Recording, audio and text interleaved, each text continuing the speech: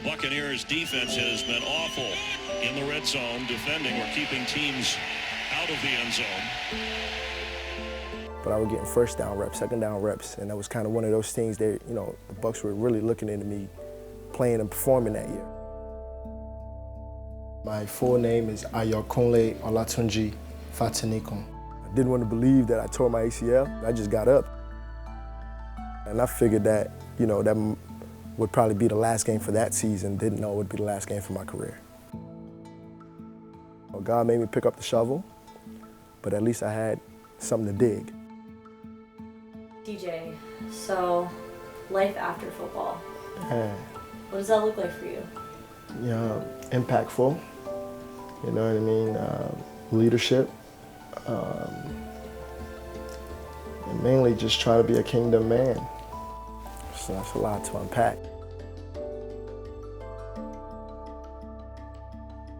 That's just the fortunate thing that happened with me in this business and in my transition was that, you know, this business was there because, I mean, if I didn't have it, if I didn't know what to do, and I knew that was my last time on the football field, I think the levels of depression and of lost hope and just not really knowing what was next would have probably even been 100 times higher.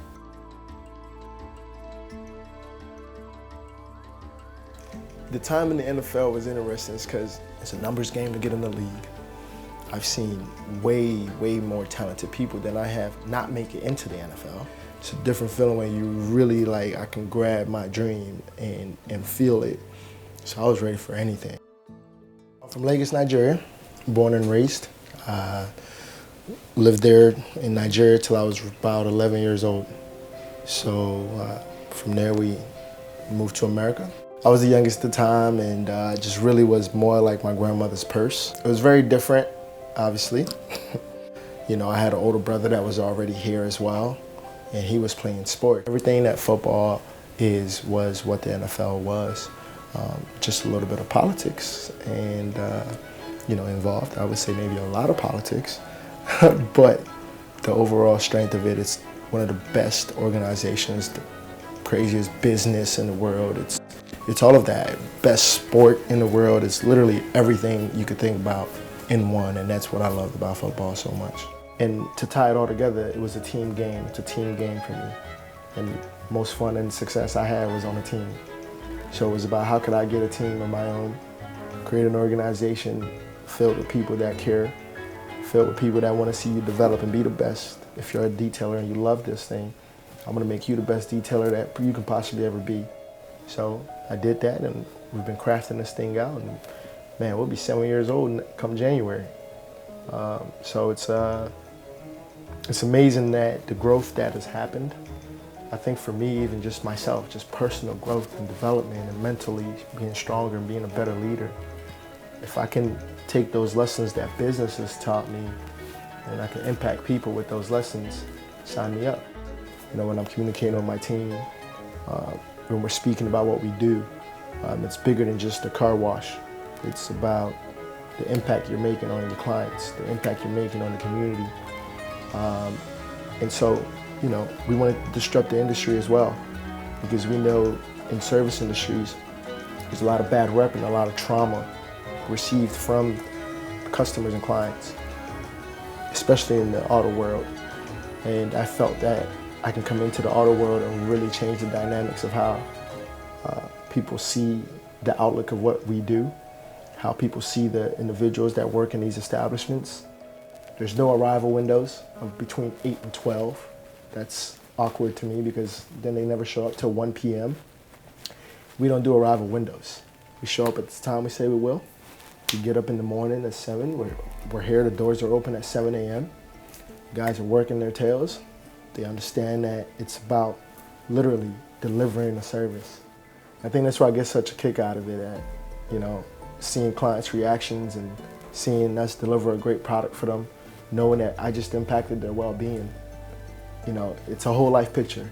The car is, of course, the gateway, right? Because a lot of people are very connected and emotional attached to their vehicles. Even when some trash their cars and then they realize, my goodness, I've trashed my car. You feel some kind of way. And so our company is here to tie the marriage, tie it up, you know, make you feel good about yourself again, but also leave you a positive experience when it comes to service, customer service. I've been detailing cars for 18 years now. I am the manager here, and I oversee everything, train people when they first come in. Here, everybody is the exact same, no matter how much years of experience you have. We just want everybody to be on the same level, the same pace as everybody. You know, we want everybody to be happy when they leave here. When they come in, we want to actually acknowledge them about everything that you can do to the car, to protect the car, to actually, you know, for us to maintain it for you, so you don't have to maintain it at all. On top of that, the UVs here is pretty bad, so we want to make sure that the car is always like shining like brand new when it came out, showroom floor, like when you first buy it. I've been working here for almost a year now. Me and TJ get along very, very well.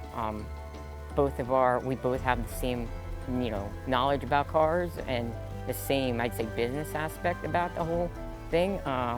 So pretty much it's really weird if I'm about to say something, he says the exact same thing as I do. So, but we get along very, very well. If you're ever in a bad place or something like that, he's always there and always, you know, it's got your back no matter what. He always got that mentality that, you know, things are gonna get better. You're always gonna, you know, rise to the occasion and stuff like that. And, you know, things always happen for a reason. I always felt that I was more than just a football player, you know, when I was in it, especially after getting hurt a few times and really starting to wake up, really starting to see life, really starting to see people fade away, really starting to see how, you know, some things are just a transaction, really just studying life when you hurt. And it was one of those things that I think God really prepped my heart, my soul, my mind for all the great things that are to come, because football can blind you. And we know that's a true fact because we see men out there that struggle with the blindness of the game. And it can cuff you in a way where your whole entire identity gets wrapped into that. And if it's not there, you could really be in a position where you don't know what's next, where you don't have hope, where you can be depressed and live in depression and think like that's all you have. So get down to the basic of who you are, find out who you are. Therapy helps. Get into it. Speak to people that are successful in life, not in athletics. People that are successful in life, find those people. They cherish you more than you know. So when you find those people and speak to them about how they did it and build the right connections and just make sure your family is real to you. But you'll be all right. You'll make it out. You know, you're built different to be able to play in the NFL. So you just have to channel that same understanding into real life. And now let the effort, let the things that are positive about you come to light. My name is TJ Fatinikun. I'm the founder of T-Fats Auto Spa, an automotive investment care detail business. I played in the NFL. The life is beyond the pads.